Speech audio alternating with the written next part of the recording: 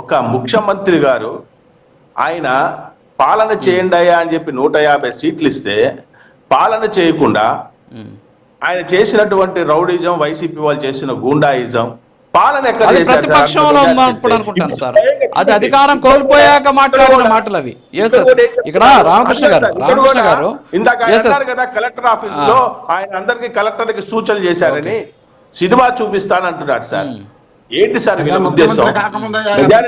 పాలన చేయదు, మెజారిటీ ఇస్తే పాలన చేయదు, ప్రతిపక్షంలో ఉంటే పాలన చేసే వాళ్ళని చెడగొడతారు, పాలన చేసే వాళ్ళు చెడగొడతారు. మరి ఇదే చంద్రబాబు నాయుడు గారు వీళ్ళ తండ్రి రాజశేఖర రెడ్డి గారితో కూడా అప్పుడు కూడా ముఖ్యమంత్రి ఉన్నారు. అప్పుడు ఇటువంటి రాజకీయాలు ఉన్నాయా సార్?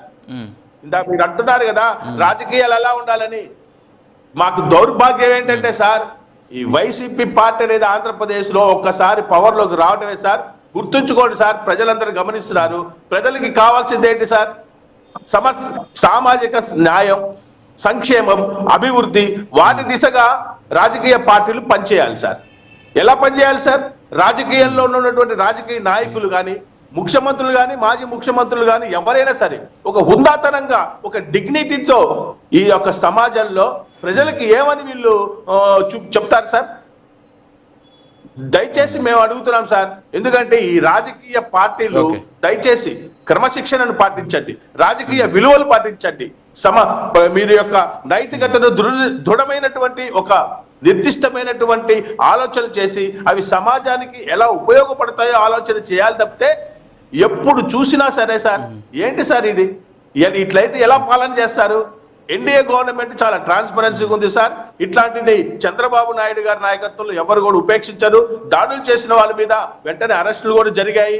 కానీ వైసీపీ వాళ్ళలాగా ఒక దౌర్జన్యపూరితమైనటువంటి రాజకీయానికి మాత్రం ప్రజలు చాలా దూరంగా ఉంటారు సార్. ఇక్కడ అంబటి రాంబాబు గారు చెప్తున్నట్టు స్వయంగా వాళ్ళ కూతురే చెప్పింది సార్, ఇక్కడ ఎవరికి సినిమా చూపిస్తారు అని చెప్పి.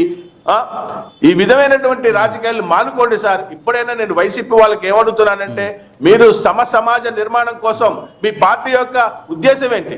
సమాజ నిర్మాణం కోసం మీరు ఇప్పుడున్నటువంటి గవర్నమెంట్ కి సహాయ సహకారాలు అందించాలి, లేదా ఆ దిశగా పోవాలి, ప్రజల సంక్షేమం కోరుకోవాలి. కానీ మాట్లాడితే అనవసరంగా రెచ్చగొట్టడం, పదవిలోకి వచ్చిన తర్వాత కూడా మీరు పదవి కోల్పోయిన తర్వాత కూడా మరి చంద్రబాబు గారిని వాళ్ళ కుటుంబాన్ని ఏ విధంగా మీరు టార్గెట్ చేస్తున్నారు సార్?